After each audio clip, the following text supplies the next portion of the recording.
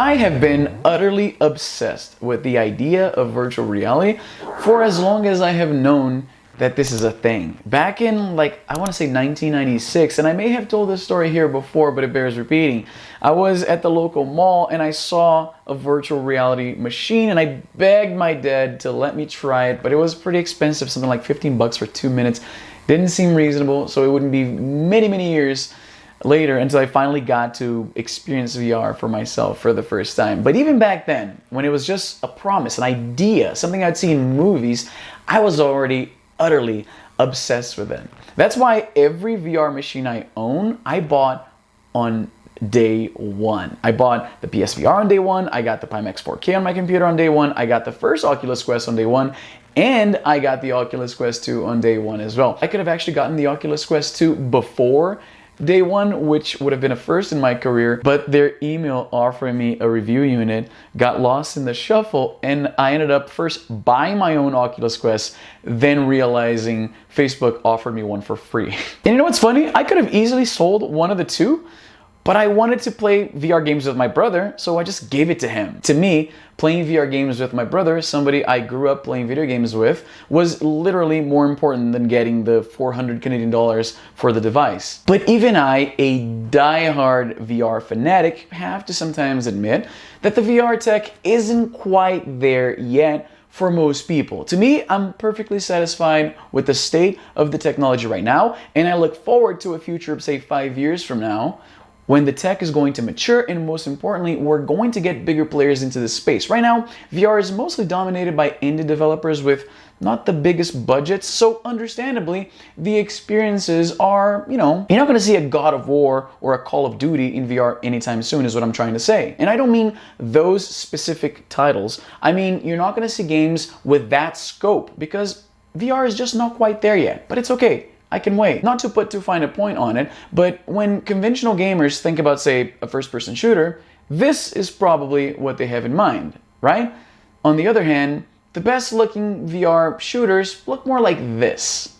Of course, there are exceptions. Half-Life Alyx is absolutely groundbreaking, and it's truly the AAA VR experience you can play right now. But it's more of an exception than a rule. Graphics do matter. When you're having to justify dropping a couple $100s on a new video game system, of course graphics are going to matter. That's why I'm so excited about the game I'm going to review today. Because the way I see it, they took the Nintendo approach where they crafted a game in the presentation, the art direction, everything complements the limited hardware inside something like the Oculus Quest 2, which is basically cell phone hardware. Though it has some flaws, it's not a perfect game by any stretch of the imagination, it is by far my favorite VR game of the year so far. So let's get into Demeo. Or Demeo. I'm not sure exactly how you're supposed to pronounce it. Demeo is basically a tabletop RPG. I used to play a lot of Hero Quest when I was younger. In fact, when I first moved to Canada, I didn't have much money, and I'd go to Value Village a lot, which is a secondhand store, and I used to peruse the games, the books, and I found Hero Quest full in the box in pretty good condition for like $3, and oh my god, did I ever love that thing. Unfortunately, I've moved around so much, I ended up having to get rid of it, but I think this game fits that spot that was missing in my life. In Demeo, you and your friends, because it is a multiplayer game, control 4 characters that are inspired in the traditional medieval fantasy tropes. You have your warrior, your archer, your mage, and your thief, or rather assassin, as it's called in the game. This, I think, is the weakest point of Demeo because they didn't quite work out the balance of these units, in my opinion. I think the archer is too OP, and the mage, on the other hand, is downright pointless. In fact, most of my games, when I join with my friends, you have multiple people picking the archer because he's just too strong. And they, I think, in my opinion, need to both nerf the archer, which I'm not going to love because I love the archer, but it's necessary for the game to have better balance. And definitely do something better with the mage. And if I can take this moment to offer a suggestion, the way they have the mage as like a bit of a melee fighter, like you attack creatures, your default attack is like a little, magic spell that causes 1 point of damage. It's a ranged attack, but yeah, the archer deals 3. So really no point if you're going for ranged attacks. And the way I see it, the mage should not be used for melee attacks at all. They should give the mage character more ranged in area and more support spells, because that's the point of playing as a mage in any RPG campaign. And let me touch on this, any RPG campaign.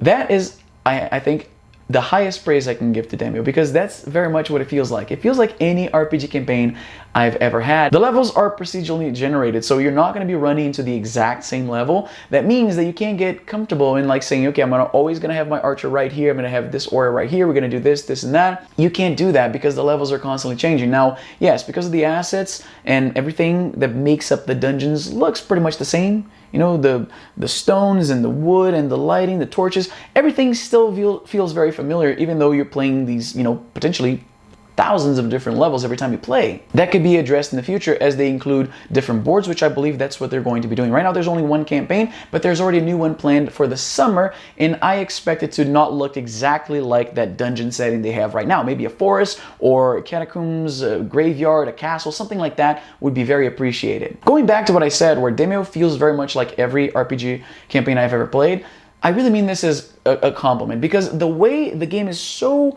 well put together. This is not a tech demo. This is clearly made by people who played a lot of these games, who love these games. And as a result of how well this mimics actual RPGs, like tabletop RPGs, you find yourself in situations that are very reminiscent of the situations I constantly found myself in when I played those games when I was younger. Figuring out the best place to put your little guy and, you know, discussing with the other players, what is the best thing to do right here? Like, what do you have? What do I have? How many health points do you have? Let's discuss here. How do we do this? How do we tackle this? Getting upset at one another for disagreeing on the strategies. Getting mad at the die itself because the result isn't what you expected.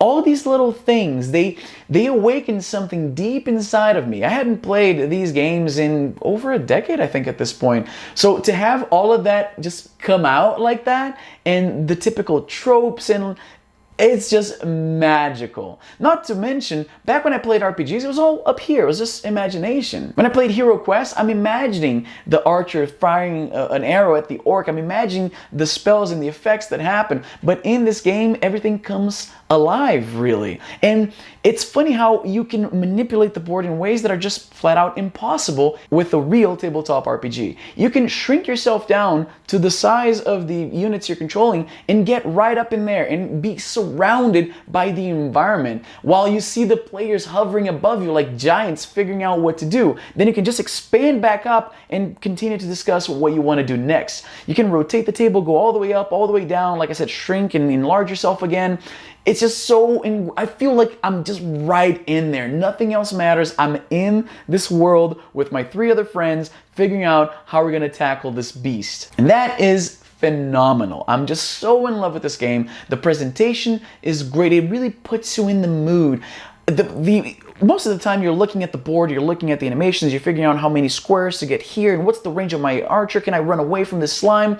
But if you look around for a moment, and you have ample time to do that because it's a turn-based game, and you just soak in that environment. The games take place in this basement, and you have old computers, and you have a telescope, and you have all these things, and it really conjures up that idea of going into a basement with all your friends and living these magical adventures. This type of game, I think, is more relevant nowadays than it's been in the last few, like 10 or 20 years because of shows like Stranger Things. The way they stylized it, they didn't go for games right now in VR that strive for photorealism. More often than not, they fall kind of short. This kind of stylized experience, it hits the right spot. There are some problems. Like I said, I would like to see more campaigns, more enemies, maybe more characters to play with.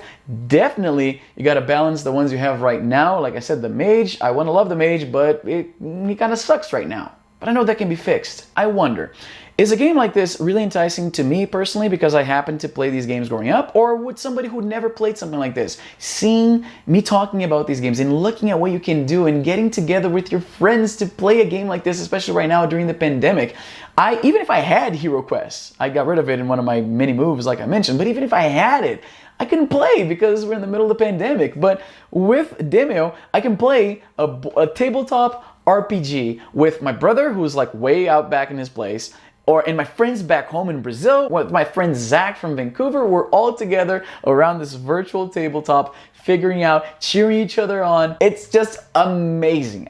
This is exactly the kind of stuff VR is amazing at. I hope to God we see this renaissance of board, tabletop, card games in VR. Dude, honestly, oh, I didn't even mention that. Though it's a board game, there is a card game element because you have all these cards that create all these effects and you're discussing with your friends which is the best card to use and the best tile. It made me think that something like Magic, which I'm also, fascinated with, or even better, Hearthstone, would work amazingly well in VR, I think. I would not play Hearthstone on my phone anymore if I could play it on this thing. Blizzard, if you're listening, please port Hearthstone to this thing, I beg you. But that's the question I want to ask at the end here.